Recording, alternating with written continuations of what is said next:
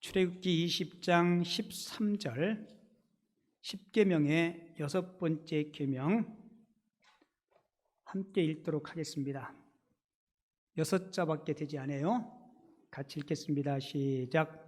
살인하지 말라. 요절로 외우기 쉽겠죠, 그죠? 한 번 더 읽겠습니다. 시작. 오늘은 10계명 가운데 여섯 번째 계명인 살인하지 말라는 귀한 말씀을 통해서 함께 은혜를 나누도록 하겠습니다. 10가지 계명 가운데 이 여섯 번째 계명 살인하지 말라는 아마 우리가 지키기 쉬운 계명이라고 생각하기 쉬울 거예요. 여기서 살인의 경험을 해본 분 없죠? 그렇잖아요. 아마 우리 일생 가운데 사람을 죽일 일은 거의 없을 겁니다. 그런데 오늘 설교를 끝까지 잘 경청하시면 여섯 번째 계명에서 우리가 자유롭지 못하다는 사실을 깨달을 수 있을 거예요. 우리가 지금 21세기를 살고 있습니다. 지난 20세기 한 100년의 역사를 뒤돌아보면요, 엄청난 학살이, 엄청난 살인사건이 지난 20세기에 있었어요. 여러분들이 알다시피 스탈린, 레닌, 모택동, 그리고 히틀러, 이토 히로부미, 이런 사람들을 통해서 일어난 전쟁으로 엄청나게 많은 사람들이 학살을 당했습니다. 기록에 의하면 1억 7,500만 명이 전쟁을 통해서 목숨을 잃었다는 겁니다. 그리고 우리나라도 보면요, 해마다 살인사건으로 목숨을 잃는 사람이 매년 900명이 넘는다고 해요. 그 위에 5대 범죄 있죠. 강도, 강간, 폭행, 이런 것들을 포함하면 수만 건이 넘습니다.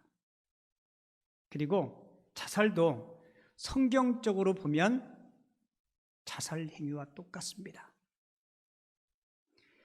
우리나라에서 한 해 동안에 스스로 목숨을 끊는 사람의 숫자가 1만 3천 명 정도 된다 그래요. 이게 교통사고로 죽는 사람의 2.5배가 된다고 합니다.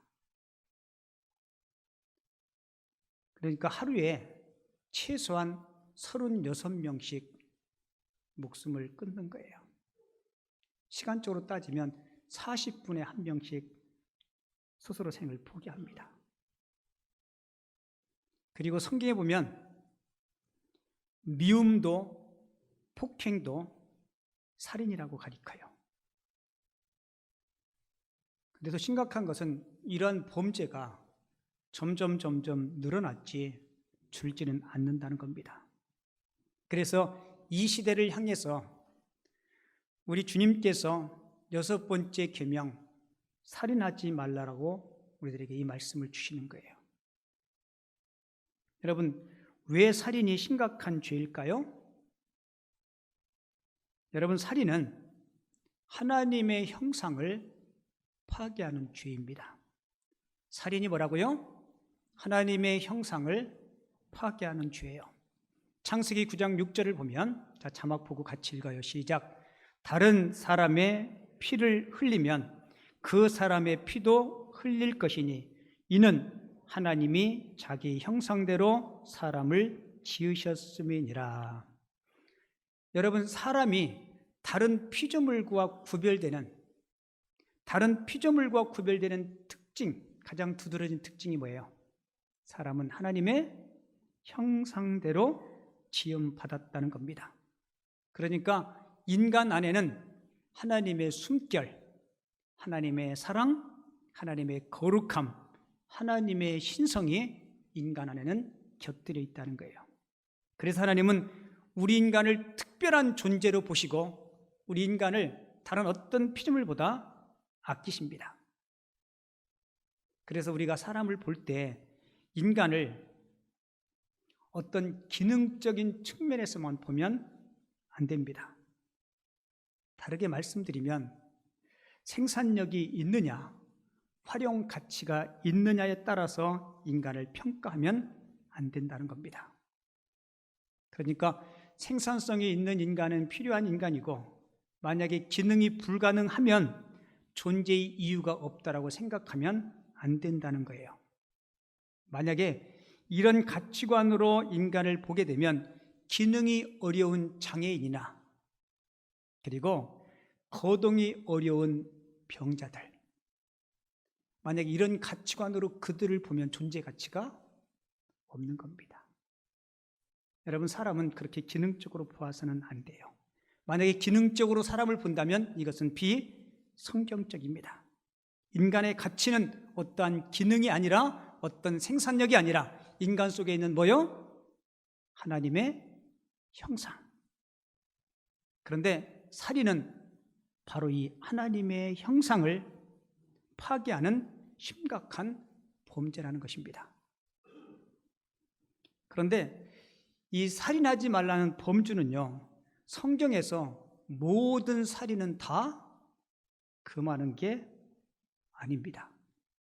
이게 무슨 이야기냐면, 어떤 사람은 예수님께서 말씀하신 마태복음 5장 44절 말씀, 자 볼게요. 너희 원수를 사랑하며 너희를 박해하는 자를 위하여 기도하라. 어떤 사람은 예수님의 이 말씀을 들어서 어떤 상황에도 일체의 힘을 사용해도 안 되고 절대 평화를 유지해야 된다라고 주장하는 사람이 있습니다. 그러니까 이 주장을 따르면 어떤 우애를 당할 때 정당 방위를 해서도 안 된다는 겁니다.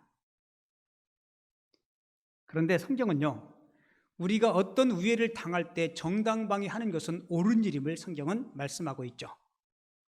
출애굽기 22장 2절에 보면 도둑이 뚫고 들어오는 것을 보고 그를 쳐 죽이면 뭐라고 얘기해요?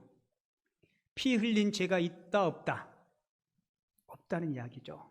그러니까 성경은 정당방위를 인정해요, 안 해요? 인정합니다. 전에 실제로 있었던 일인데요, 32살쯤 먹은 여성이 저녁 늦게 집에 퇴근하는데 으슥한 골목에서 두 남자에 의해서 성폭행을 당합니다. 강제로 쓰러뜨리고 강제 키스를 하려고 할 때 이 여성이 상대편 남성의 혀를 깨물어 버려요. 그래서 혀가 1.5cm 정도 절단됩니다. 이 문제를 가지고 법정에서 재판을 하는데 이 여성은 정당 방위했기에 그 죄가 무죄라고 판결이 내려져요.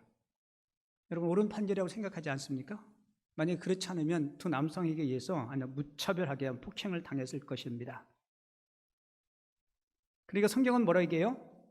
도둑이 뚫고 들어오는 것을 보고 그를 쳐 죽이면 피 흘린 죄가 없으나 라고 이야기하죠. 근데 이거 조심해야 될 것이, 좀도둑이 들어와서 뭐 훔친다고 망치로 때려잡으면 안 돼요.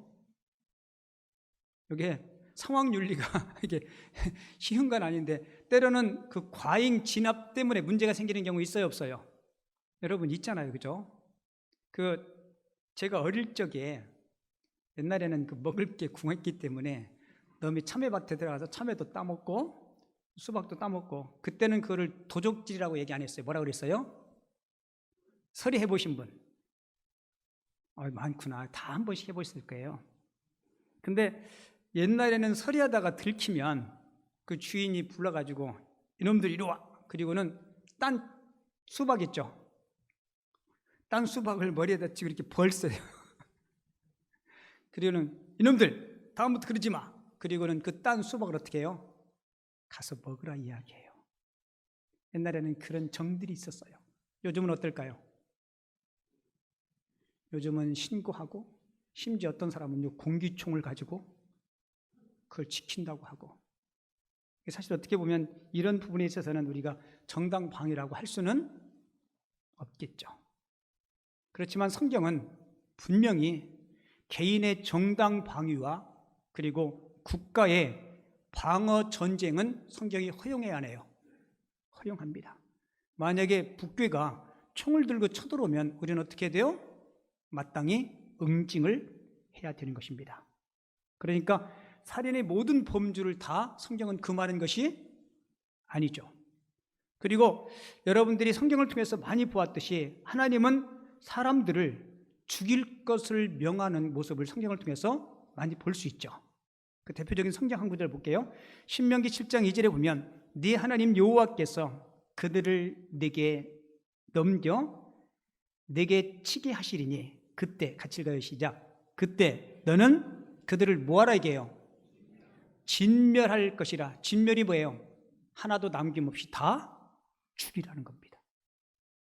그들과 어떤 언약도 하지 말 것이요 그들을 불쌍히 여기지도 말 것이니 라고 이야기하고 있죠. 하나님은 가나안 주민 모두를 다 죽여버리라 명령합니다. 살인하지 말라는 6번째 계명은 하나님에게 안중이 없는 것 같아요.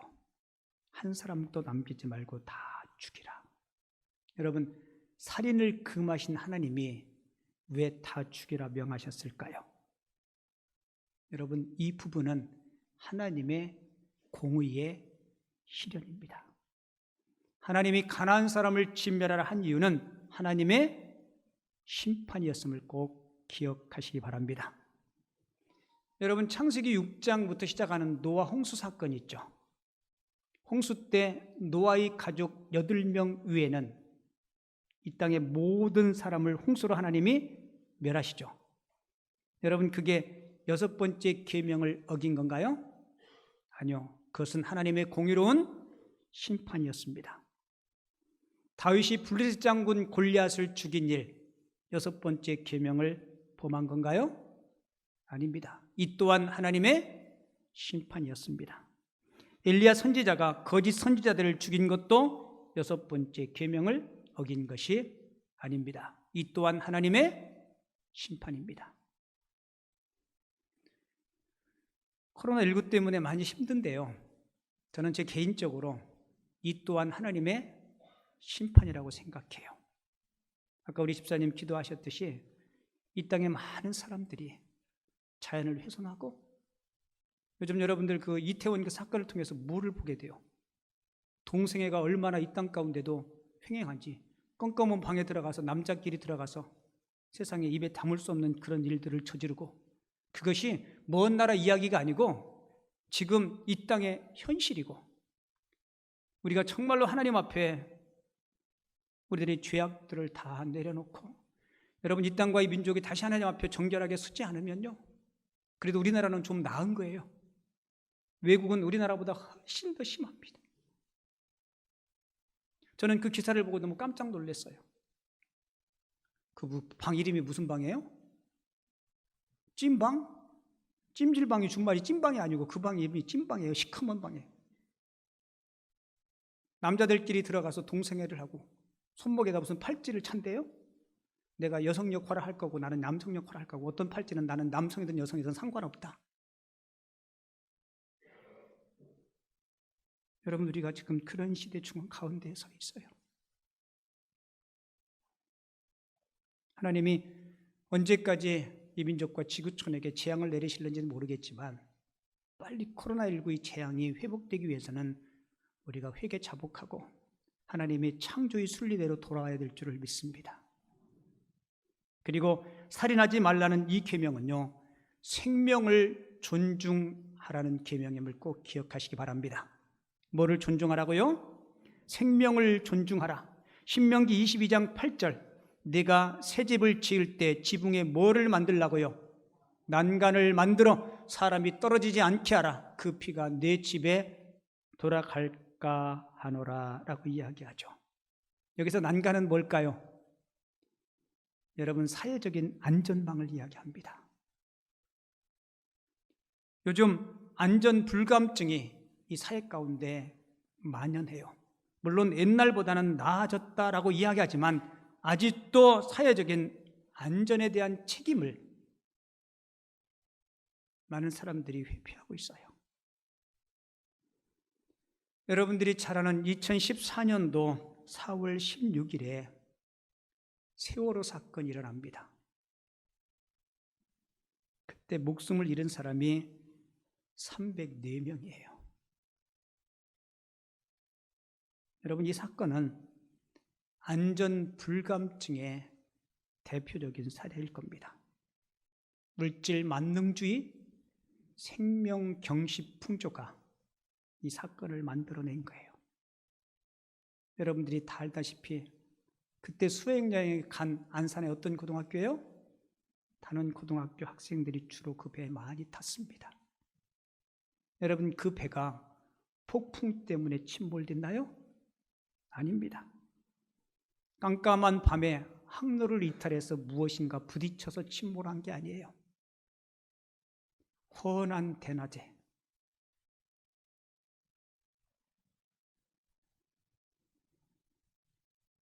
배가 쓰러지고 침몰되는 과정을 여러분들도 화면을 통해서 지켜보았을 거예요. 저는 그때 그 장면을 보면서 이런 생각이 들었어요. 내 마음이 이렇게 불안하고 초조하고 침울한데 저 배에 타 있는 학생들의 엄마, 아빠, 그리고 그 가족들의 마음은 어땠을까? 여러분, 아마 말로 형용할 수 없었을 거예요.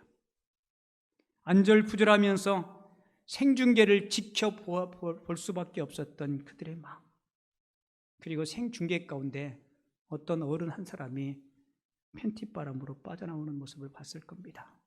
누구였어요? 그 배를 끝까지 책임져야 될 선장이었습니다. 그 모습을 통해서 우리는 어른들의 무책임, 그리고 어른들의 무능력을 우리는 그 사건을 통해서 보았어요. 여러분, 이게 재앙입니까? 많은 분들이 인재라고 이야기해요. 그리고 우리나라의 현대사를 보면 끔찍한 대형 사고들이 꽤 많이 있었습니다. 1994년도에 한강다리 하나가 끊어지죠. 상판 70m, 80m짜리가 뚝 끊어집니다. 그 전에 분명히 징조가 있었어요. 그 사건으로 32명의 사람들이 목숨을 잃고요. 그리고 그 다음해인 1995년도에 백화점 하나가 무너집니다. 그때 502명이라는 엄청난 사람들이 목숨을 잃어요. 삼풍 백화점이 붕괴된 후에 그 원인을 종합적으로 조사한 결과, 왜 삼풍 백화점이 무너진지 아십니까? 한마디로 이야기하면 돈 때문이었습니다. 더 많은 물건들을 전시하기 위해서 없애서는 안 될 기둥을 없애고 불법 개조하고 불법 증축하고, 그리고 삼풍 백화점 회장은요, 놀랍게도 교회를 다니는 교회의 중직자였다고 합니다.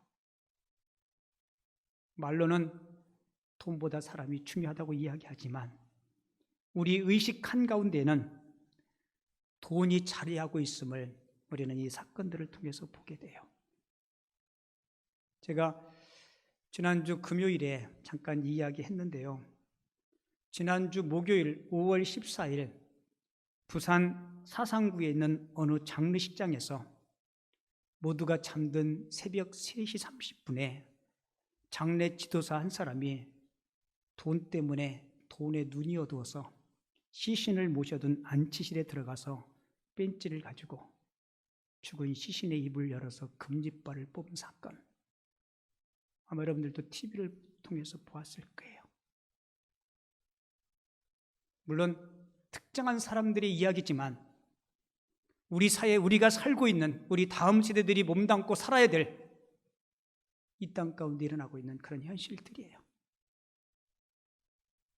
여러분, 예수님은 살인을 일컬어서 사람을 무가치하게 여기는 마음을 일컬어서 살인이라고 이야기하고 있습니다. 살인이 뭐라고요? 사람을 무가치하게 여기는 마음. 그러니까 살인하지 말라는 이 말씀은 직접적으로 타인의 목숨을 빼앗는 일만 아니라 사람의 가치를 값없이 없게 보는 것 또한 살인이라고 이야기해요.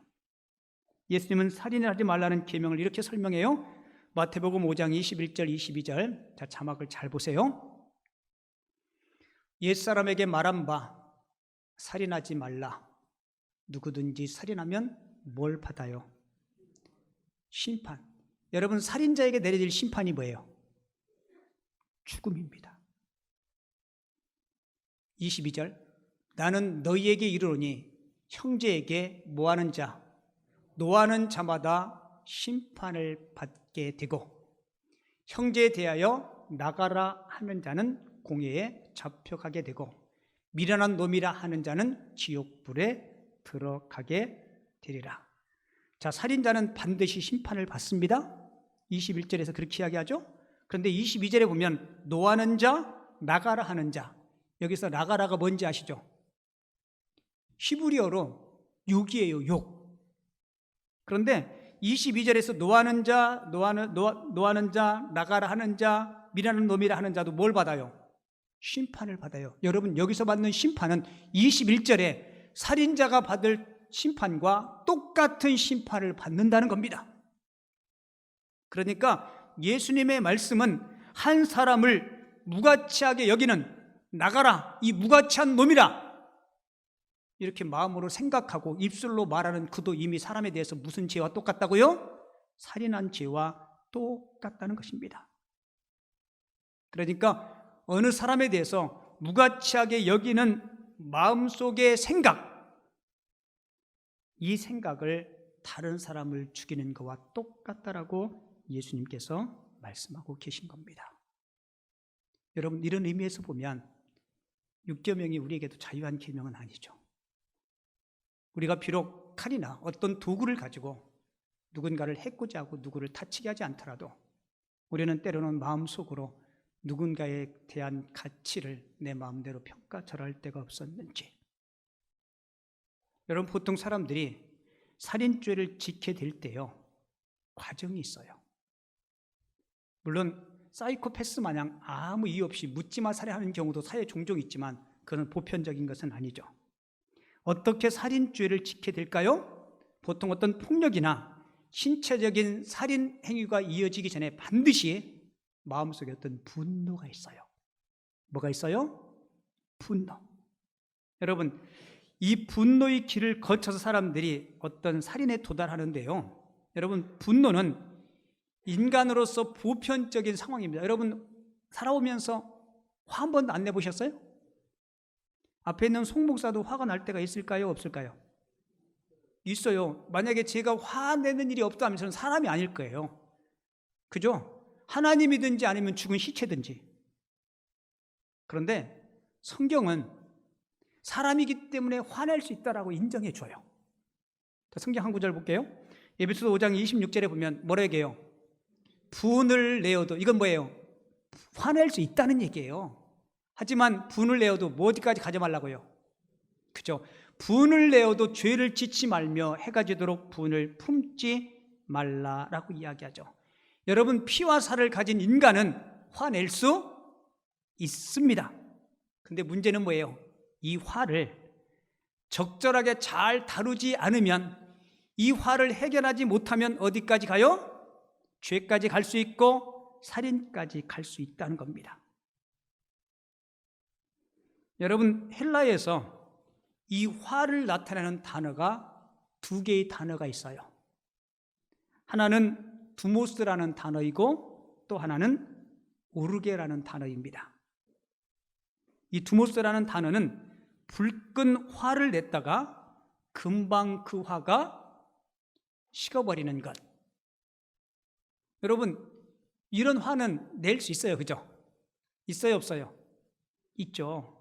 뭐 가랑잎이 활활 타다가 금방 꺼지는 것처럼 기분이 나쁘면 화낼 수 있어요, 그죠? 그런데 금방 그 화가 식어버리는 거, 이거는 보편적으로 저와 여러분들이 가지는 화예요. 이건 누구나 가질 수 있어요. 뭐 예를 하나 들으면, 운전하다가 누가 갑자기 칼치기가 뭔지 알아요? 급차선 변경해서 막 꽉 끼드는.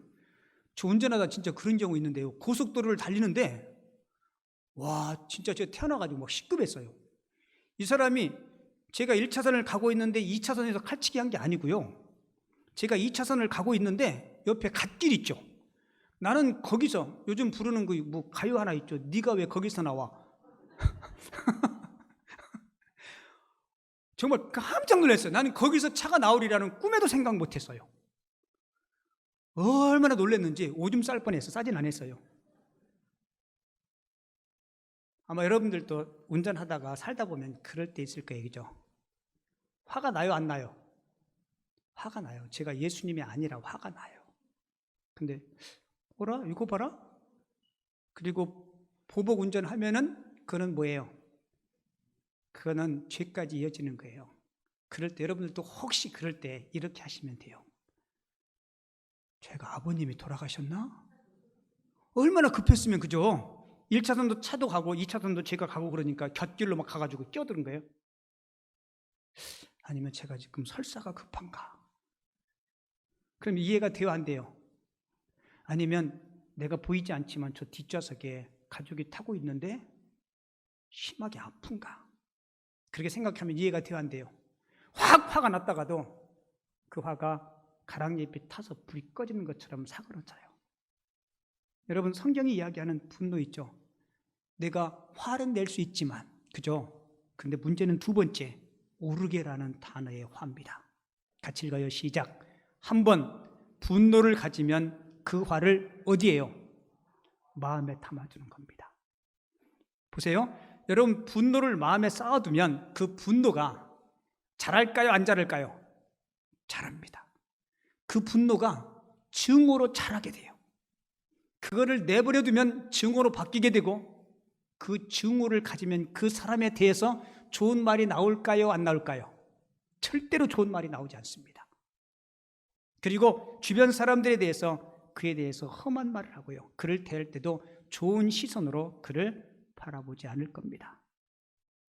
그러니까 예수님의 말씀은 분노가 쌓이고 그 분노에 미움이 섞이고 그것이 증오까지 가지 않도록 하라는 거예요. 왜요? 거기까지 가면 우리는 말로써 사람을 죽이게 됩니다. 예수님은 그 자체를 살인이라고 이야기해요. 여러분, 우리가 삶을 살다 보면 의식적이든 무의식적이든 누군가의 마음을 서운하게 하고 아프게 할 수 있어요. 여러분 있어요, 없어요? 여러분 있습니다. 특별히 교회 안에서 그럴 수 있어요. 여러분, 그럴 때 그 마음의 그 감정, 그 마음의 화를요, 계속 가슴에 꽁하니 품지 말고 여러분 그거 해소하셔야 돼요. 해가 지도록 분을 품지 말라 그랬죠. 해를 넘기면 밤에 어떻게 될까요? 밤에 누워서 밤잠을 못 자요. 내가 이걸 어떻게 대갚아주지? 혹시 관계 속에서 누군가가 여러분들을 서운하게 했으면 가서 솔직히 이야기하세요. 나 서운했다라고. 그럼 본인은 어떤 때는요, 서운하게 한 그 사람은 뭘 서운하게 했는지 자체를 모를 때가 있어요. 그죠? 그럴 때 있어요, 없어요? 여러분 있습니다. 저도 그럴 때 있어요.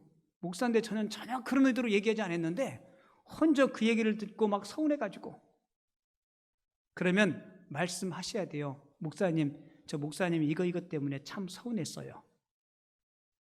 그러면 제가 어떻게 반응할까요? 뭘 그딴 것 가지고 서운하냐고. 절대로 그렇게 얘기하지 않습니다. 저희 그 말, 저 행동 때문에 저는 몰랐는데 서운하셨군요. 제가 잘못했습니다. 제가 사죄하는 마음으로 밥 쏠게요. 여러분, 그렇게 풀고 나가셔야 돼요. 우리 모두가 그렇게 풀고 나가셔야 됩니다. 여러분, 예수님의 말씀이 뭐예요?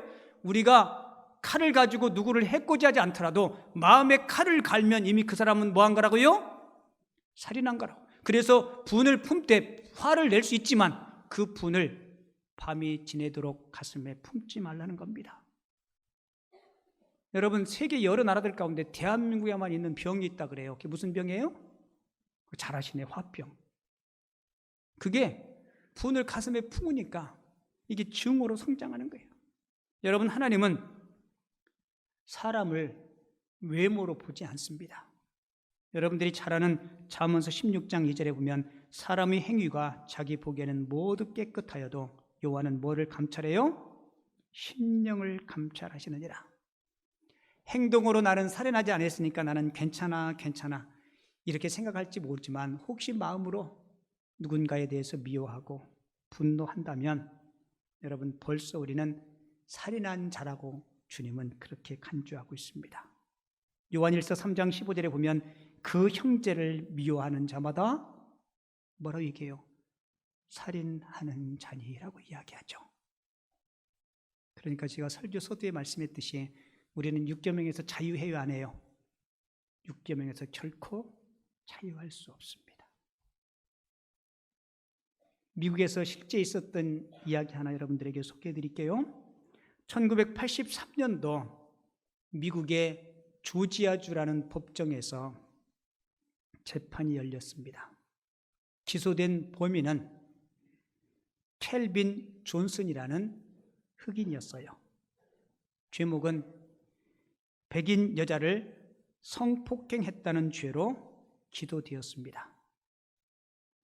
그리고 미국 재판에는 배심원 제도가 있는데요. 이 배심원 여러 명들이 모여서 그 죄에 대한 어떤 자료들을 가지고 한 40분 정도 의논한 후에 켈빈 존슨이 여자의 성폭행한 것이 맞다라고 그를 진범으로 단정해 버려요. 그런데 변호사가 흑인 여자 4사람을 그 법정에 세워서 증인으로 이 피고의 알리바이를 제시하지만 그들의 주장을 묵살해버립니다. 그리고는 배심원들의 의견을 듣고 판사가 판결을 내리면서 그가 진범이라고 단정을 하고 그에게 무기징역을 언도합니다. 그리고는 마지막으로 켈빈 존슨에게 마지막 진술의 기회를 줘요. 그때 켈빈 존슨이 이런 얘기를 합니다.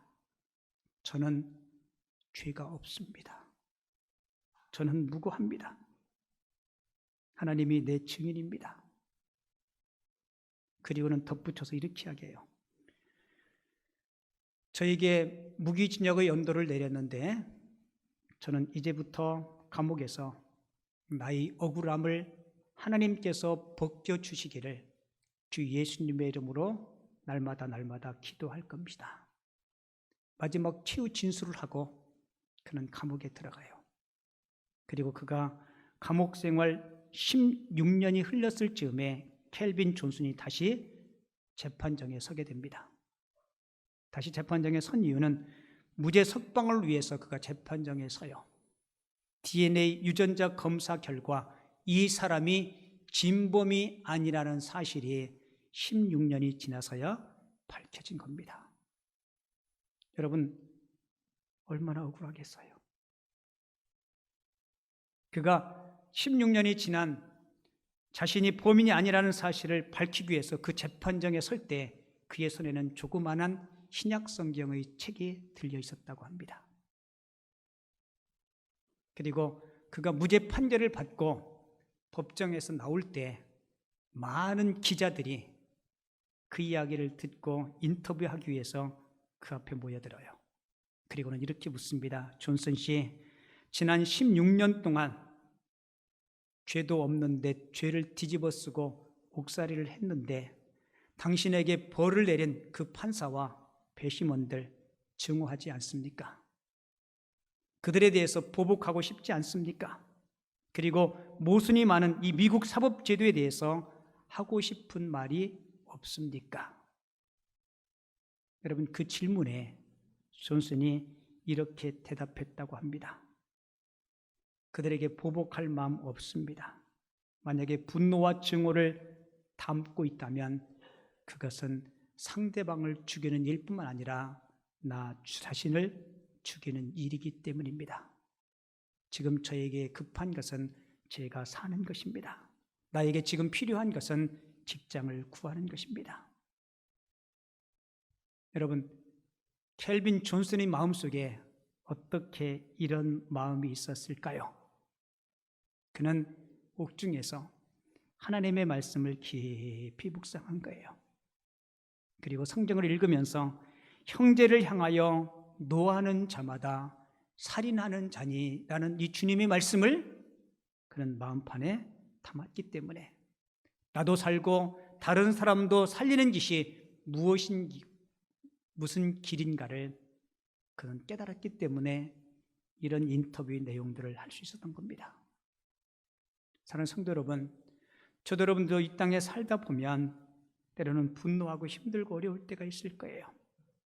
사실 하나님의 형상대로 지음받은 누군가를 죽이는 행위는요, 솔직히 제 정신 가지고는 살인 행위를 저지를 수가 없습니다.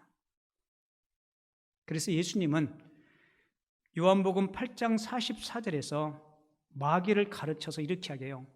처음부터 마귀는 살인하는 자라고, 마귀는 생명을 파괴하는 자고, 그리고 누군가가 누구의 생명을 해코지 하는 것은 제정신이 아니고 누구의 지배를 받는 거예요? 틀림없이 악한 영, 마귀 지배를 받기 때문에 그런 엄청난 죄악들을 저지르는 겁니다. 그러니까 저도 여러분들도 우리 가운데 예수님의 마음을 갖기 위해서 우리도 자칫 잘못하다 보면 마귀가 우리들의 정신세계에 틈타고 들어올 수 있어요. 그래서 사도 바울은 마귀로 하여금 틈못하지 못하게 할 것을 우리들에게 교훈해 주고 있죠. 그래서 단 한시라도 우리는 하나님의 지배권 아래에 있을 때 우리는 승리할 줄을 믿습니다. 그래서 생애 다하는 그날까지 성령 충만해서 사랑하는 삶, 용서하는 삶, 그리고 평안한 삶, 그리고 6번째 계명을 꼭 지키고 순종하는 삶을 살아갈 수 있는 하나님의 사람들이 되어줄 수 있기를 주님의 이름으로 축원을 드립니다.